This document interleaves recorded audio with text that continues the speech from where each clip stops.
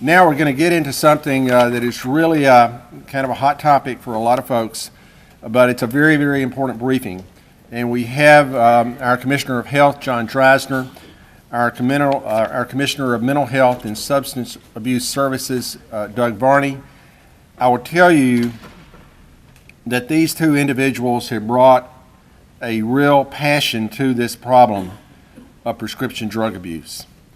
And they're making a big difference on this. And Governor Haslam alluded to this earlier, but in taking a look at this public safety sub-cabinet, yeah, there were obvious departments like Safety and Homeland Security and the TBI and Department of Correction, but we thought it was important to also have at the table departments such as Health and Mental Health and Substance Abuse Services, in recognition that drug addiction is a driving force behind our crime problem. So we felt it was very important to have them at the table. So now I'm going to turn it over to those two commissioners to give you a briefing on the problem of prescription drug abuse and where we are with the Governor's Safety Action Plan on that.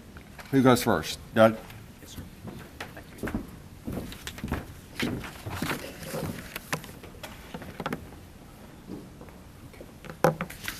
Thank you, Commissioner Givens. That was very interesting to me, Mayor, listening to you and your colleagues from Memphis. I don't think I'd ever heard the term flogging a fool, but I think it really is very apropos. We've been flogging a lot of fools for a long time around the issue of addiction in our country, and I'm glad that I can't say after 35 years of working in this business, trying to help people with issues of mental health and substance use, how gratifying it is for me to actually be standing here in front of a group like this, talking about the issue, and all of us kind of focusing our efforts together.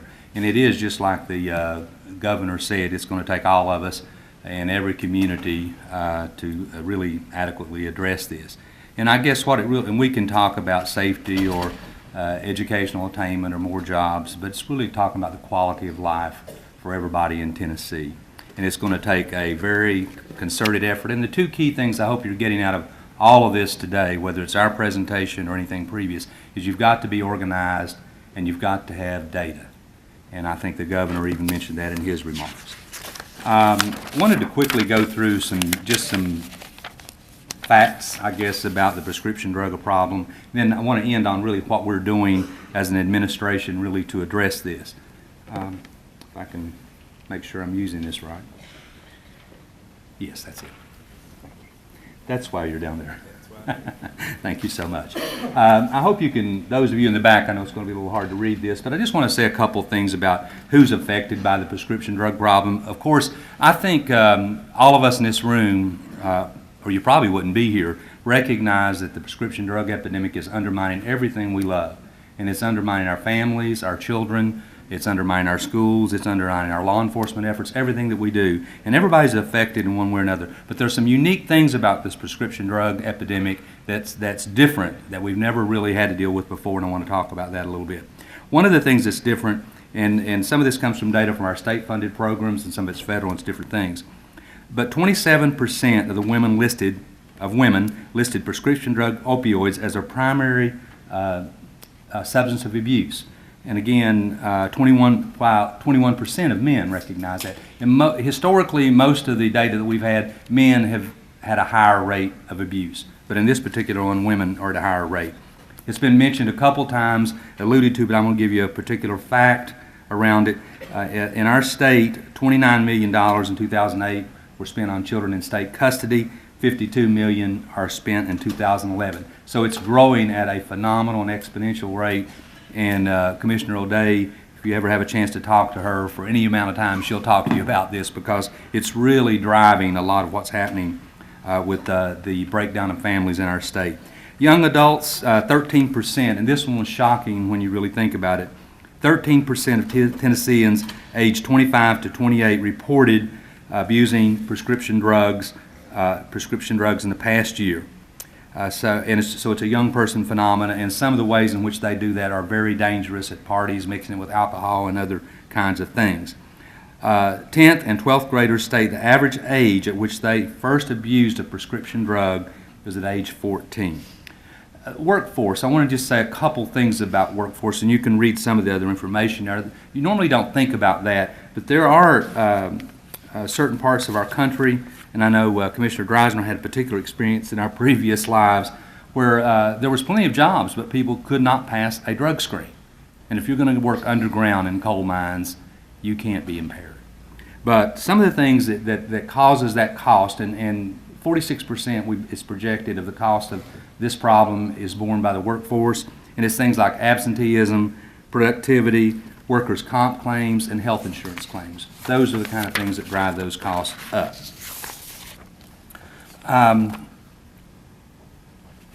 We have a lot of good data now on addiction generally, but without a doubt, the problem with prescription drugs and opioids in particular is the #1 drug problem in our state, and frankly, I believe in the nation.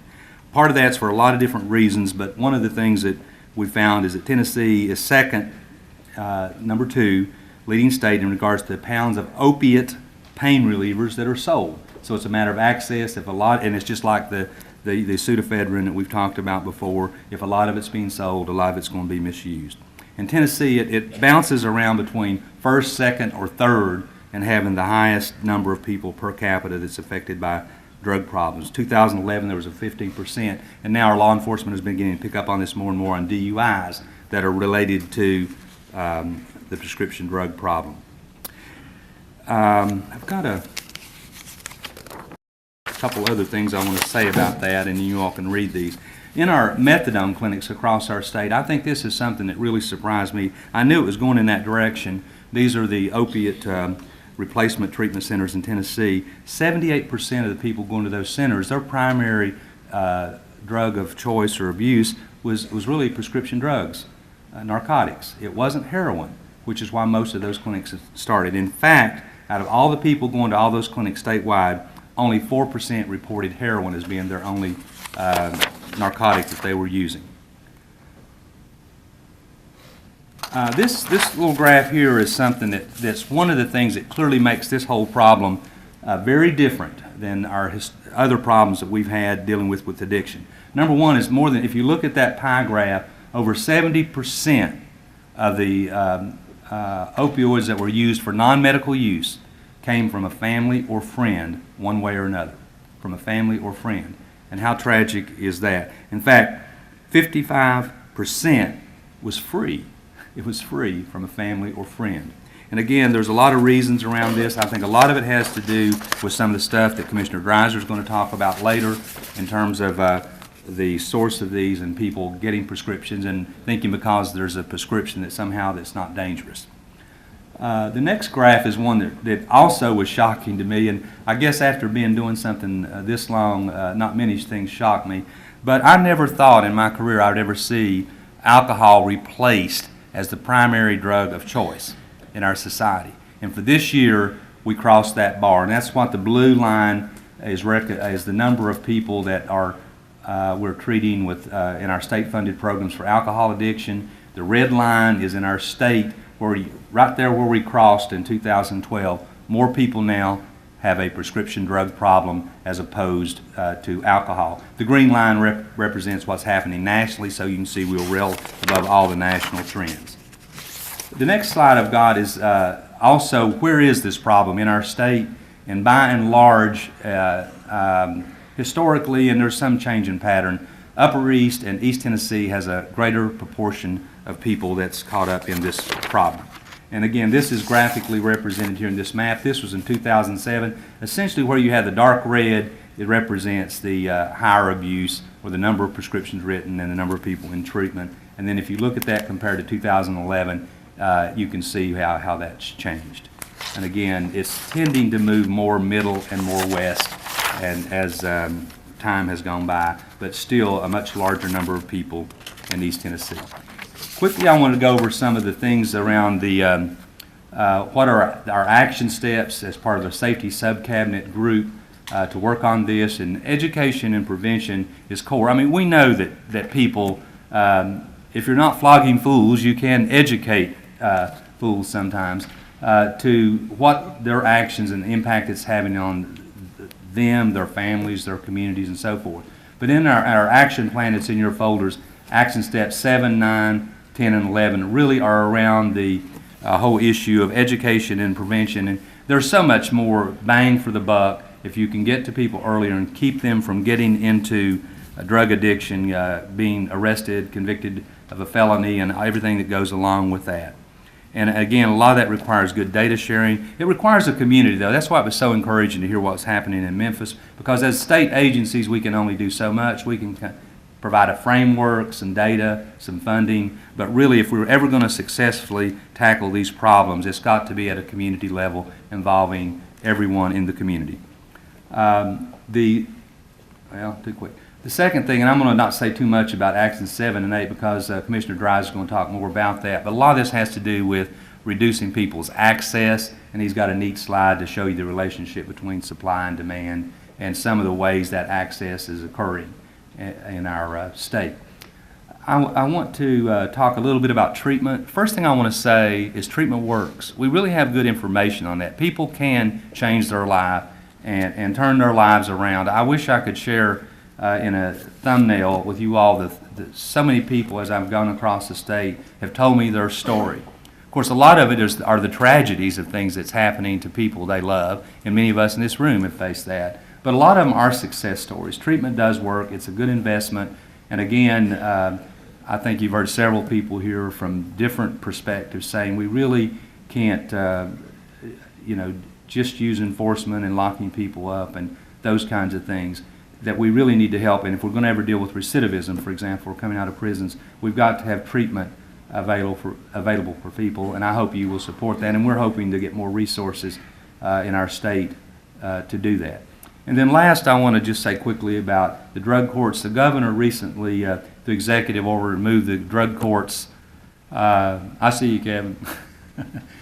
Drug courts over into our department. I was really pleased about that, mostly because it improved alignment. Our governor really believes for organizations to work best, things need to be properly aligned.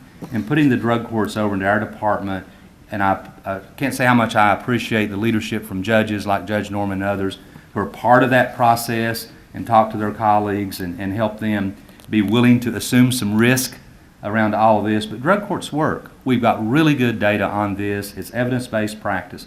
I'm hopeful over the next few years that we're going to be able to expand the number, that we're going to be able to do more about sharing best practices, improve linkages with treatment providers, and improve our overall data collection. Because I think if we're going to be able to get access to limited resources, if we're not just going to keep flogging fools, as the mayor said, then we're going to need to do these kinds of things, and we're going to have to be able to make our case for doing that. So with that, I'd like to turn it over to Commissioner Dreisner for the second part of this prescription drug presentation.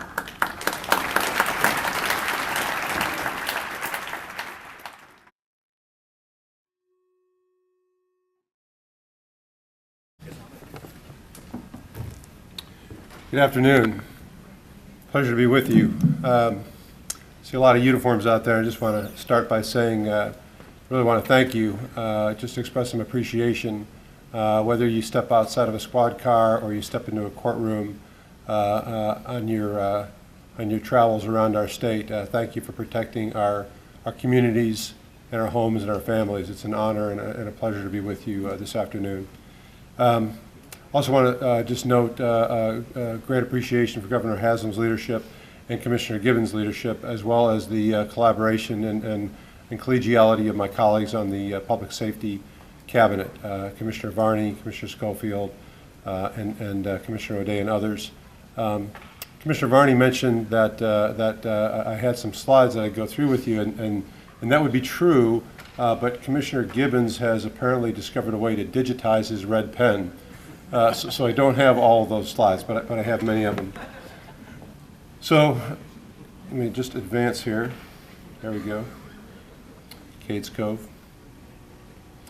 So what I want to say is this is serious business. This is very serious business, and I want to make a couple of points. As we sit in this room today, 3 Tennesseans will die of a drug overdose. Almost all of those deaths over the course of a year will have been accidental. In the course of a week,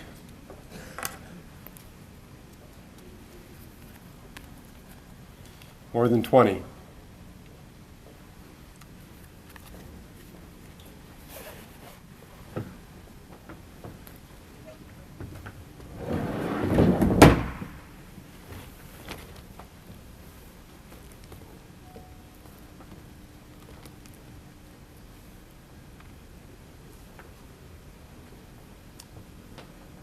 That's what we've seen this year, and the year's not over.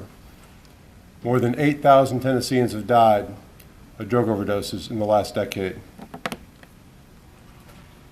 Stacey Ellison said she became addicted after she was given a legitimate prescription for narcotics following some complications with her first pregnancy. Stacey says it's all about preventing people from getting hooked in the first place. She believes doctors are the one with the most power to make a difference, to curb what seems to be an endless supply. And for the few doctors who are abusing the prescription pad, the mother of 5 wants them to know this: you are killing people. You are hurting families. You have got to stop. You are taking mothers away from their children. People are dying. That's what an epidemic curve looks like. This is an epidemic.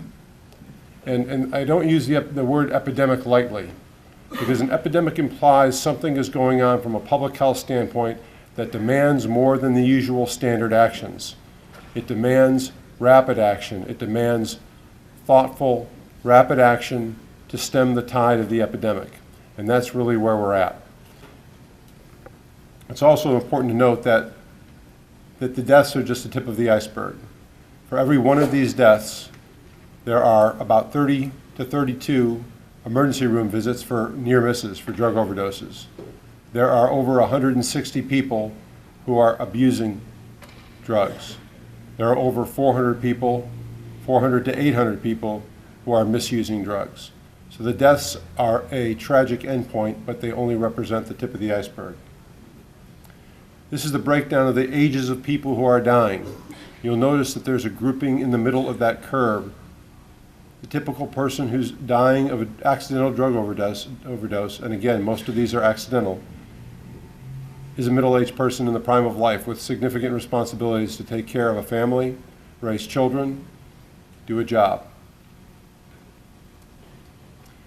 And Tennessee's epidemic, while worse than many other states, mirrors a national epidemic. Nationally, prescription drug overdose deaths are eclipsing motor vehicle crashes as a leading cause of accidental death in our nation. This is another tragic occurrence. Babies, innocent, helpless, completely innocent babies being born dependent on addictive drugs. Physical dependency on addictive drugs and the withdrawal from that is a very painful process. Tremors, high-pitched cries, seizures, diarrhea, vomiting. Many of these babies have to be treated intensively because of the care that's required as they're withdrawing from these drugs. And it's a very difficult process, not only for the families involved, but also for the care providers. Across Tennessee, we see this is on the rise as well. In 2010, we had 512 babies that were born into the TennCare system with neonatal abstinence syndrome. A few more born into a private pay system. But on average, these babies cost more than $40,000 each, as compared to an average cost in the first year of life for an infant of about $7,000. For 2011, that TennCare figure was 506. But unfortunately, the total number of cases that we've measured, and this is a preliminary figure for 2011, was 604. So this is a rising situation. It's not getting better, it's getting worse. And it's affecting more counties. This is spreading. The next few slides, I think, are probably the most important things I'll say to you, because I don't think anybody else will. I often get asked, I came into this in 2002 as a local public health official. I got a call from a medical examiner who said, "Did you know that 11 people had died of drug overdoses in the ER across, in your ER last year?" That ER was across the street from me at the time, about 500 yards away, and that was not something I was aware of. Because deaths, while reportable to the chief medical examiner system in the state I was in at the time, were not reportable to a local public health officer as I was at that point in time. But that started a journey, and as I worked that issue from a public health standpoint, I also got involved with it as a treating provider and did some addiction medicine for a few years. And people ask, well, why do people do this? What motivates people to abuse drugs? And what motivates people to abuse drugs is what motivates people to do other things that they find make them feel good. And as human beings, we have a very important system. It's called the dopaminergic reward system that makes us feel good when we do good things. But it can also be a destructive force when we do things that in small amounts are good, but in large amounts cause disease. When we do things excessively, bad things often happen. This kind of thing can happen with lots of substances. It's actually the same pathway, whether it's alcohol or smoking or food or even social interactions, gambling. It's the same pathway. It's a molecule, a chemical, final common neurotransmitter called dopamine. And essentially what happens when people start abusing drugs is they get a surge of dopamine. They get a surge of this feel-good chemical. And that surge occurs, and it feels incredibly pleasurable. And in order to get that to happen again, they have to do the same thing, and again and again. And eventually, the body says, wait a minute, there's too much dopamine here. We got to do something about that. It's too much. It's too much. So the body we call it downregulating. The body gets rid of some of the doorways, some of the receptors for this dopamine, for this feel-good chemical.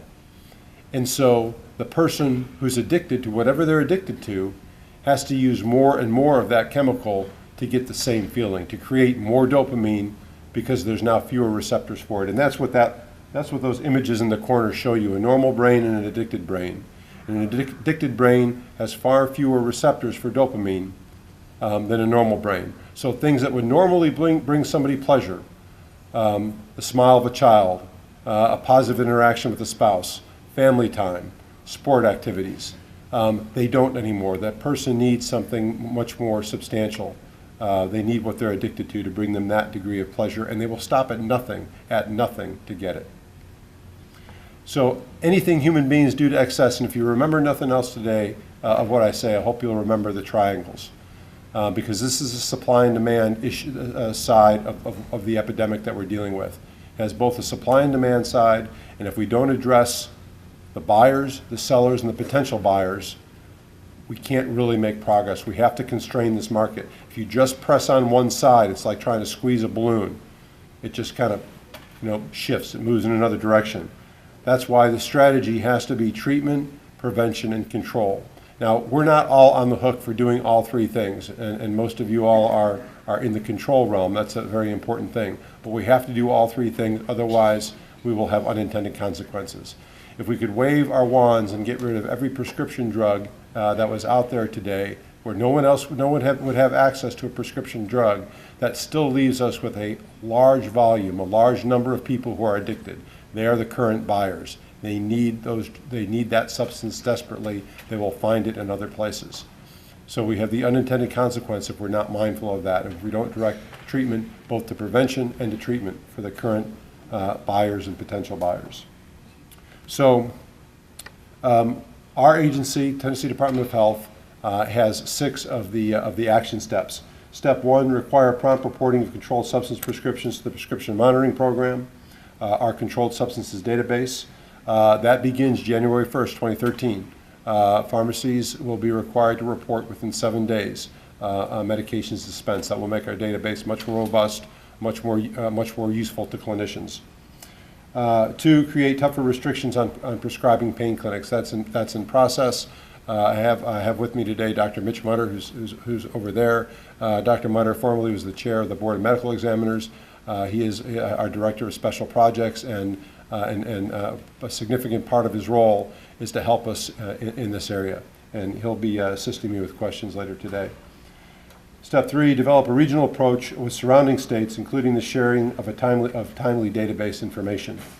And again, that is underway. We're having discussions currently with other states that have what most people call prescription monitoring programs, or PDMP, prescription drug monitoring programs. We call it a CSMD, Controlled Substances Monitoring Database, here in Tennessee. But those discussions are ongoing, and we hope to enter in a memorandum of agreement in the future with states that have that capability. Increase the use of the prescription monitoring program, again, underway. In fact, we've been working very hard over the last months to increase the robustness of our database. We've substantially decreased the response time, so the system loads much quicker, and we have automated our registration process. All the providers and dispensers are required under the Prescription Safety Act of 2012 to be registered in the database by January 1st, 2013. And I can tell you that we now have the majority of prescribers that are registered for that database as I speak to you. Teach medical and pharmacy students about prescription drug abuse, the database systems, and the laws in Tennessee that govern prescribers and dispensers. It's a tremendous privilege to be able to prescribe and to be able to dispense. And despite the fact that half the reason somebody goes to see their primary care doctor is because something hurts, you would be amazed at how little tutelage, how little mentoring is provided in formal training programs around that issue. When I was in medical school, there was about an hour and a half of formal discussion like this, and then most of it was on-the-job training. And we have to do a lot better job of training folks in how to manage this. It is not easy.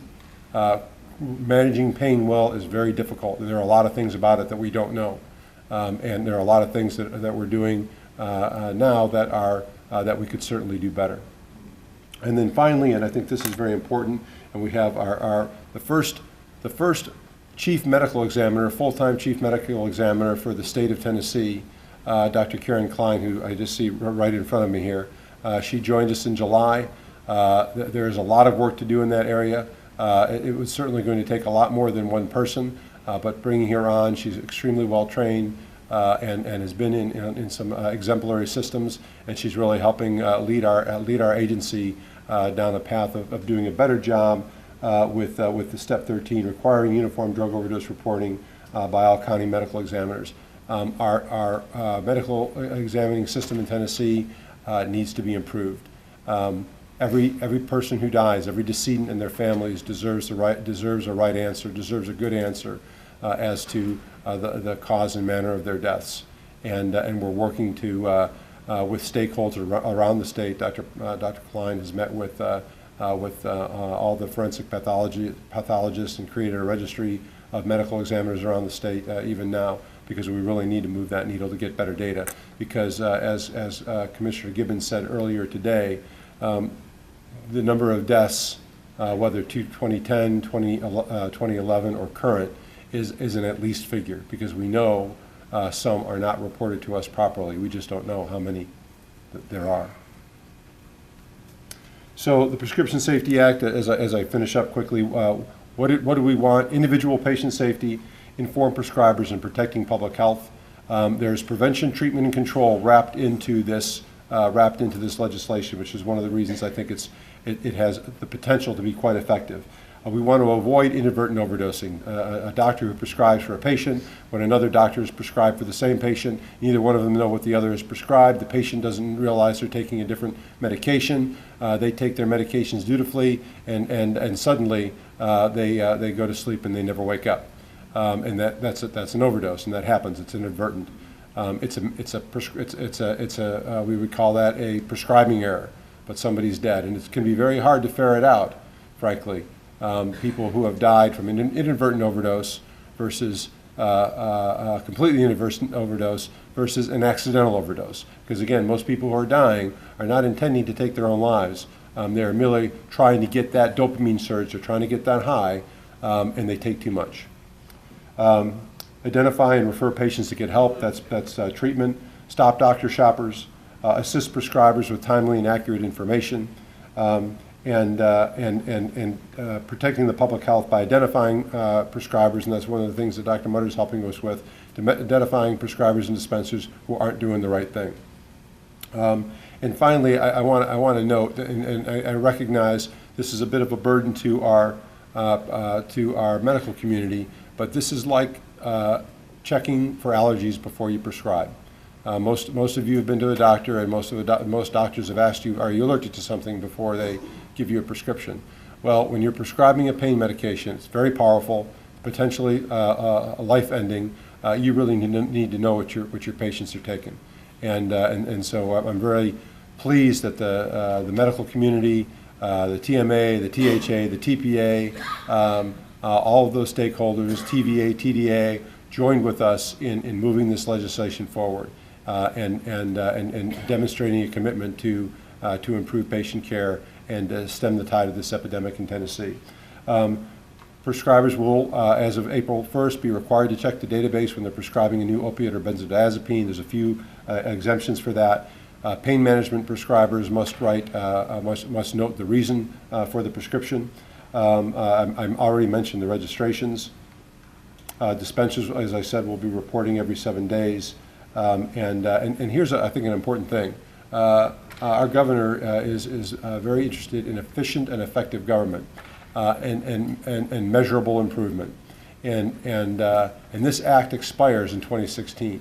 That means we have a few years to show that this is making a difference, to show and measure that this is working. And if we do that, then I expect that this experiment will continue because it will have proven itself. If it doesn't, then it goes away. So we're working very hard to make this a successful system, to address prevention, treatment, and control at the clinic side and at the bedside.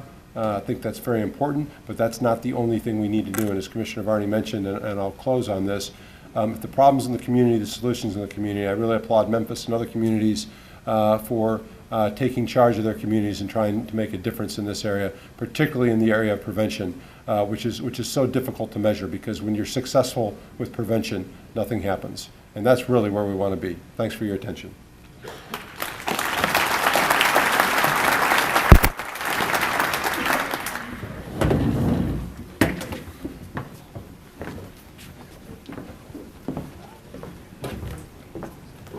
You know, I have accused Commissioner Drasner and Commissioner Varney of almost knowing too much about this topic.